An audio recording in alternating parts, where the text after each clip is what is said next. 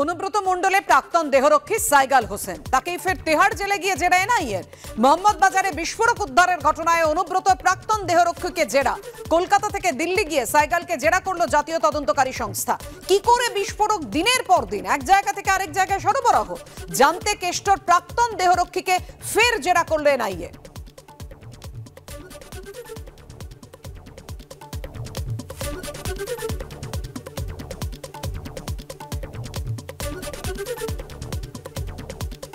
আর অনুব্রত মণ্ডলের প্রাক্তন দেহরক্ষী সাইগালকে এনআইএর জেরার মধ্যেই বীরভূমে ফের বিস্ফোরক উদ্ধার।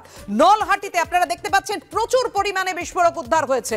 উদ্ধার 21,000 ডেটোনেটর, 24,000 জিলেটিন স্টিক, 14 বস্তা অ্যামোনিয়াম নাইট্রেট। নলহাটির পরিত্যক্ত পাথর ক্রাশারের অফিসে হানা দেয় পুলিশ। বিপুল পরিমাণ বিস্ফোরক উদ্ধার করে বম্ব স্কোয়াড।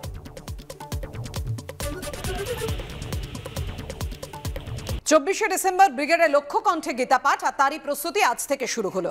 কুরুক্ষেত্র থেকে আনা মাটি গঙ্গার ঘাটে মেশানো হয় আর এরপর গঙ্গা জল ও মাটি নিয়ে বাবুঘাট থেকে ব্রিগেড পর্যন্ত শোভাযাত্রা করেন সাধু সন্ন্যাসীরা। জগন্নাথ মন্দিরের ধ্বজা উত্তোলনের পর ব্রিগেডে ভূমি পুজোও করা হবে। 24শে ডিসেম্বর মূল অনুষ্ঠান লক্ষ্য কণ্ঠে গীতা পাঠ। অনুষ্ঠানে যোগ দেবেন প্রধানমন্ত্রী নরেন্দ্র মোদী।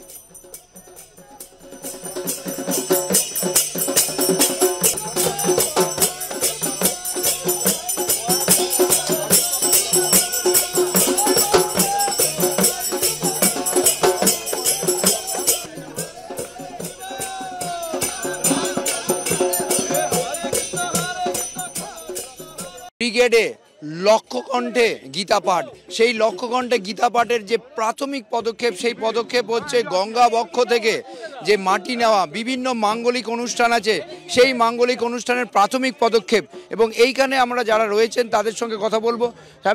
আপনি আজকে এই যে হলো গঙ্গা বক্ষ থেকে মাটি নেওয়া, কি কি হবে আজকে এবং কেন হচ্ছে? আজকে সনাতন ধর্ম পরম্পরায় আজকে আমরা গঙ্গা মায়ের জল নিয়ে কুরুক্ষেত্র থেকে আমরা মৃত্তিকা নিয়ে এসেছি। আর জগন্নাথ ধামের ধ্বজ দিয়ে ওখানে ভূমি পূজন হবে। ভূমি পূজন হয়ে আজকে প্যান্ডেলের কাজ শুরু হবে। এবং তার লক্ষ্যকণ্ঠে গীতা পাঠের যে শুভারম্ভ সেইটা আজকে থেকে হয়ে গেল।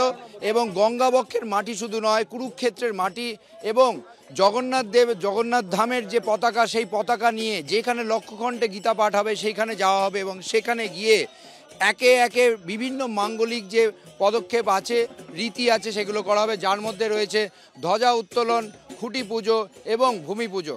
ক্যামেরায় সঞ্জয় চট্টোপাধ্যায়ের সঙ্গে ঝিলম করঞ্জাই, এবিপি আনন্দ, কলকাতা। 24শে ডিসেম্বর ব্রিগেডের লক্ষ্য কণ্ঠে গীতা পাঠের প্রস্তুতির ছবি আপনারা দেখতে পাচ্ছেন। আজ থেকেই সেই প্রস্তুতি শুরু হয়েছে।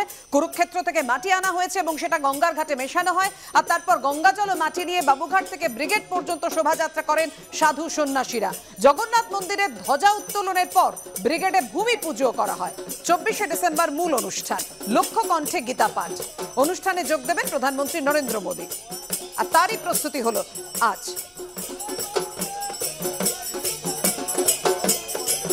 আর এ নিয়ে বিজেপি, কংগ্রেস, তৃণমূলের কি প্রতিক্রিয়া পরপর দেখুন।